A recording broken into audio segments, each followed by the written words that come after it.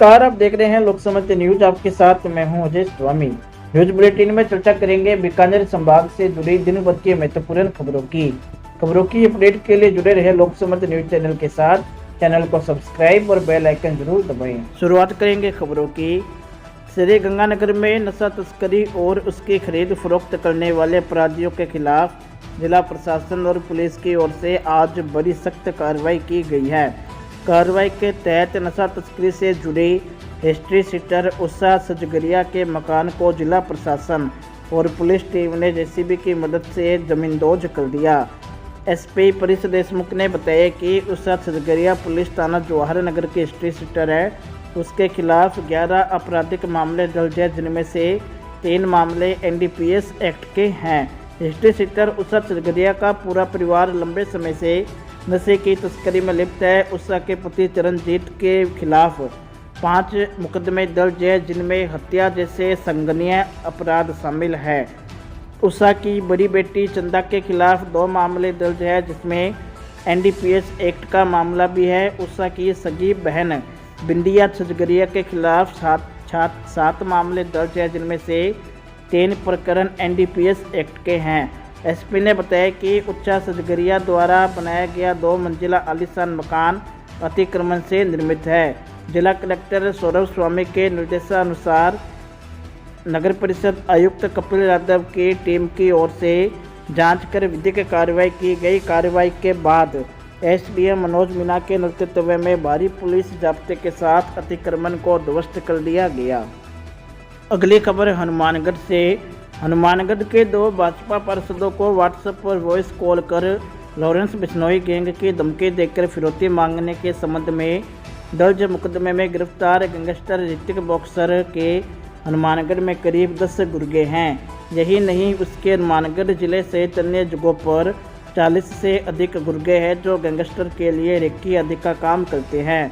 ये खुलासा हार्डकोर बदमाश ऋतिक ठाकुरवासी ने जंक्शन पुलिस के समक्ष पीसी रिमांड अवधि के दौरान पूछताछ में बताए हैं।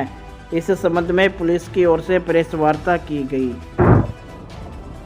ऋतिक बॉक्सर हनुमानगढ़ मुख्यालय पर फिरौती के मामले में जो राजेंद्र सिंह पार्षद है उनको धमकी दी गई थी, उसमें गिरफ्तार किया हुआ है और अभी पीसी रिमांड में चल रहा है।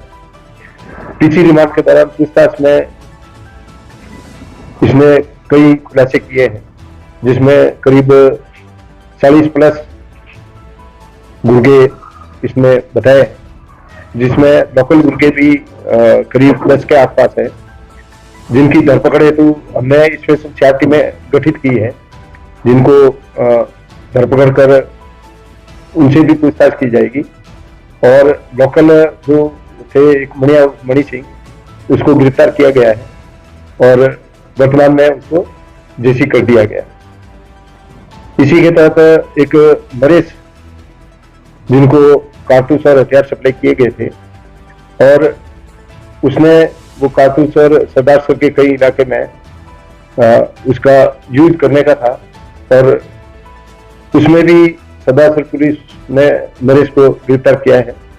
शेष जो भी लोकल गुर्गे हैं उनकी धरपकड़ के प्रयास जारी है और जैसे जैसे पूछताछ की जाएगी ऋतिक बॉक्सर के कई खुलासे होंगे और जो टीमें बनाई गई है वो अपना काम कर रही है और आगे की प्रगति में मीडिया के सामने जो भी प्रगति आई वो अवगत कराई। सर, ये 40 गुर्गों का नाम लिया है, ये इसमें हनुमानगढ़ जिले के कितने हैं लगभग? वो बताया हमने, लोकल जो है वो करीब 10 गुर्गे हैं, बाकी बाहर के हैं। अगली खबर श्रीगंगानगर से। आज मुख्यमंत्री अशोक गहलोत ने राज्य स्तरीय लाभार्थी उत्सव में Indira Gandhi gas cylinder subsidy योजना के लाभार्थियों से संवाद करके बटन दबाकर एक साथ 14 लाख लाभार्थियों के खातों में 60 करोड़ रुपए के लाभ का हस्तांतरण किया है। राज्य स्तरीय कार्यक्रम जयपुर में आयोजित हुआ, वही श्रीगंगानगर जिला स्तरीय कार्यक्रम नौजगे स्कूल में हुआ। लाभार्थी कार्यक्रम में मुख्यमंत्री गहलोत ने कहा कि प्रदेश में महिलाओं को मुखिया बनाकर जन कल्याणकारी योजनाएं लागू की जा रही है और अब गैस सिलेंडर सब्सिडी योजना के तहत 500 रुपये में गैस सिलेंडर लाभार्थियों को उपलब्ध होगा। श्रीगंगानगर जिले की निवासी सुमन देवी और हिना से मुख्यमंत्री ने बात की। इस योजना के दौरान गंगानगर के 45,200 उपभोक्ताओं को मुख्यमंत्री की ओर से सब्सिडी प्रदान कर दी गई है। जिला स्तरीय कार्यक्रम में गंगानगर विधायक राजकुमार गौड़, सादुलसर विधायक जगदीश जहांगीर, जिला प्रमुख कुलदीप पिंडोरा, जिला कलेक्टर सौरभ स्वामी, नगर परिषद अध्यक्ष करुणा चांडक सहित अन्य जनप्रतिनिधि एवं अधिकारी उपस्थित रहे। अगली खबर बीकानेर से। बीकानेर में आपदा प्रबंधन राज्य मंत्री गोविंद राम मेघवाल ने नेता प्रतिपक्ष राजेंद्र राठौड़ पर जमकर हमला बोला है। उन्होंने कहा कि राजेंद्र राठौड़ को बोलना ही नहीं आता। कल तक वे वसुंधरा राज्य के साथ साथ चला करते थे, आज बराबर में खड़े होकर मुख्यमंत्री के दावेदार बन गए हैं। उन्होंने राजेंद्र राठौड़ को वसुंधरा राज्य से सलाह लेने की नसीहत दी है। उन्होंने कहा कि राजेंद्र राठौड़ को पुलवामा कांड पर बोलना चाहिए, महंगाई पर बोलना चाहिए और आम जनता के मुद्दों पर बोलना चाहिए, लेकिन वे ऐसा नहीं करते हैं। देखिए, आज हमारा बहुत ही महत्वपूर्ण प्रोग्राम है कि मुख्यमंत्री जी बटन दबाकर जो गैस की टंकी उज्ज्वला में 1100 रुपये में मोदी जी ने दी है और वो किसी काम नहीं आ रही है महंगाई के कारण, आज इस महंगाई में राहत देते हुए मुख्यमंत्री जी वो टंकी 500 रुपये में देने का बटन दबाकर शुरुआत करेंगे। इसलिए आज का दिन बहुत खुशी का दिन है। और आप देख रहे हैं कि जैसा बीजेपी ने कहा है कि रेवड़ी बांट रहे हैं, इसका मतलब आप जो 6,000 रुपये किसानों के खाते में डाल रहे हो वो भी एक रेवड़ी होगी। लेकिन कुल मिला के ये है कि बीजेपी बौखला चुकी है। कर्नाटक की हार के बाद इनकी स्थिति बहुत बिगड़ चुकी है। आप राजस्थान में देख रहे हैं कि दोनों मुख्यमंत्री घूम रहे हैं। कल तक जो वसुंधरा जी के आगे पीछे घूमते थे, आज वो स्वयं मुख्यमंत्री की दौड़ में लगे हुए हैं। इसलिए भारतीय जनता पार्टी जो है वो आरएसएस के इशारे पे चलती है। पूरे देश के अंदर हिंदू और मुसलमान को दंगे कराने की साजिश करती है। पूरे देश की संवैधानिक संस्थाएं बेच दी। दिवालिया इन्होंने जो है बैंकों को दिवालिया कर दिया। और उनके अलावा जो कांग्रेस पार्टी ने आज़ादी के बाद जितने हमारी संवैधानिक संस्थाएं बनाई, आज उनको से बेचने का काम कर रही है। इससे साफ जाहिर हो रहा है कि इनकी देश के प्रति कोई भावना नहीं है। और आप देख रहे हैं कि पिछले 2 महीना से जो हमारे अंतर्राष्ट्रीय मेडल जीत करके आए पहलवान, वो धरने पर बैठने को मजबूर हो गए। कितनी महिलाएं आरोप लगा रही है, फिर भी ये किसी तरह की कार्रवाई करने को तैयार नहीं है। दुख की बात यह है कि जैसे ही घटनाएं हुई, अब समझ में आ रही है और वीडियो भी आ रहे हैं कि उसी टाइम जो महिला पहलवान है उन्होंने जानकारी दी थी मुख्य प्रधानमंत्री जी को, लेकिन प्रधानमंत्री जी ने उनके खास होने के कारण, उन्हीं के मंत्री होने के कारण उन्होंने कोई भी उस पर प्रसंज्ञान नहीं लिया, कोई कार्रवाई नहीं की। इससे साफ जाहिर होता है कि भारतीय जनता पार्टी में जो भी चला गया वो सब अच्छा हो गया। और जो व्यक्ति या जो नेता भारतीय जनता पार्टी के नेताओं के खिलाफ बोलते हैं या केंद्र सरकार के खिलाफ बोलते हैं, उनके घर में ईडी भेजते हैं, इनकम टैक्स भेजते हैं। जिस तरह से राहुल जी का आपका सामने उदाहरण है। राहुल जी ने मात्र ये कहा था कि जो बाहर भागे उनके आगे सरनेम मोदी क्यों लग रहा है, जो बैंकों को दिवालिया करके भाग गए। इतने में देखिए 2 साल की सजा करा दी, पार्लियामेंट से उनकी सदस्यता रद्द कर दी। आप देख रहे हैं चुनावी घोषणा है, सिर्फ ये चुनाव में पूरी नहीं होने वाली। भाई 100 यूनिट बिजली सीधी खाते में जा रही है, किसानों से पूछिए।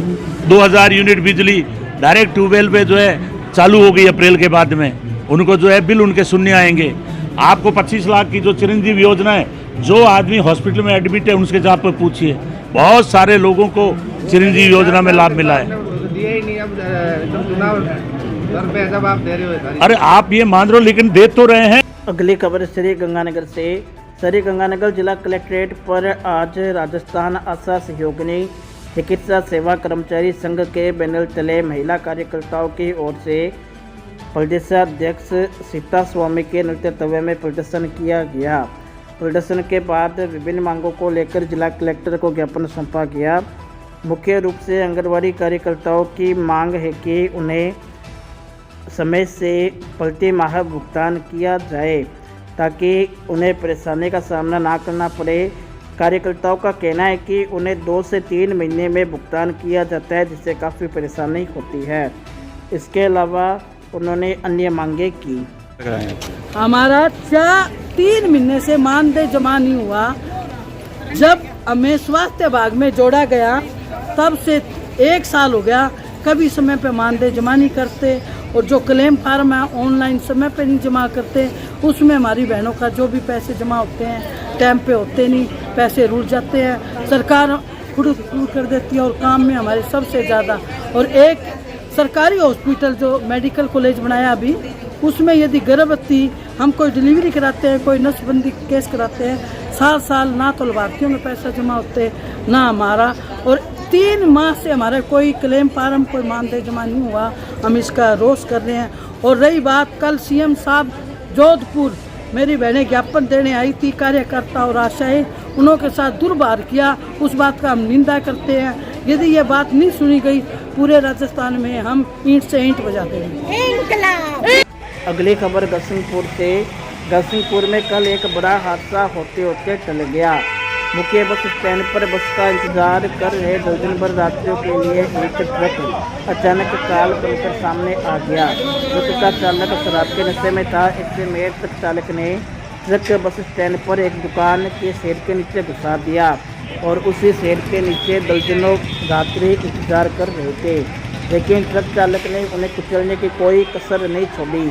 इससे पहले कि यह अनियंत्रित वाहन उन्हें कुचलता, यात्री अपना सामान छोड़कर दूसरी ओर बचाव के लिए भाग गए और बस के इंतजार में बैठे यात्रियों के सामान के ऊपर ट्रक का पिछला टायर चल गया। गनीमत रही कि बड़ा हादसा होते होते टल गया। इस घटना के दौरान महिलाएं और बच्चे भी वहाँ खड़े थे, जो लहलहाते ट्राले को आता देखकर दुकान के अंदर चले गए। मौके पर पुलिस को सूचना दी गई और पुलिस ने ट्रक चालक को हिरासत में लिया। अगली खबर अनूपगढ़ से। अनूपगढ़ में 22 जून को भाजपा के महासम्मेलन का आयोजन होगा। महासम्मेलन का निर्णय आज विधानसभा क्षेत्र के भाजपा कार्यकर्ताओं की जिला स्तरीय पदाधिकारियों के साथ ब्राह्मण धर्मशाला में हुई बैठक में लिया गया। बैठक में मुख्य रूप से महिला मोर्चा जिला अध्यक्ष चेष्टा सरदाना, ओबीसी मोर्चा जिला अध्यक्ष मनीराम स्वामी, एससी मोर्चा जिला अध्यक्ष शिव भगवान जोगपाल और अनूपगढ़ विधायक संतोष बावरी ने भाग लिया। बैठक को संबोधित करते हुए वक्ताओं ने बताया कि केंद्र की मोदी सरकार के 9 साल पूरे होने के उपलक्ष्य में महासम्मेलन का आयोजन किया जा रहा है। इसके अलावा वक्ताओं ने कहा कि सम्मेलन में राजस्थान सरकार के भ्रष्टाचारी गहलोत सरकार की भ्रष्टाचारी नीतियों के बारे में आमजन को अवगत करवाया जाएगा और वक्ताओं ने गहलोत सरकार के खिलाफ जमकर निशाना साधा।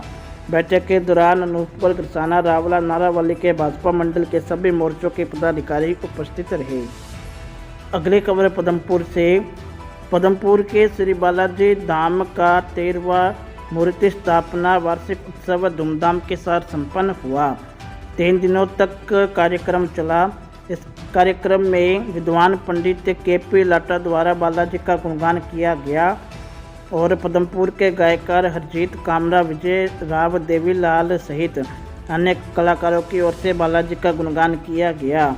यह कार्यक्रम 3 दिन तक चला था, जिसका कल विधिवत रूप से हवन के साथ समापन किया गया। हवन के बाद अटूट लंगर भी बरताया गया।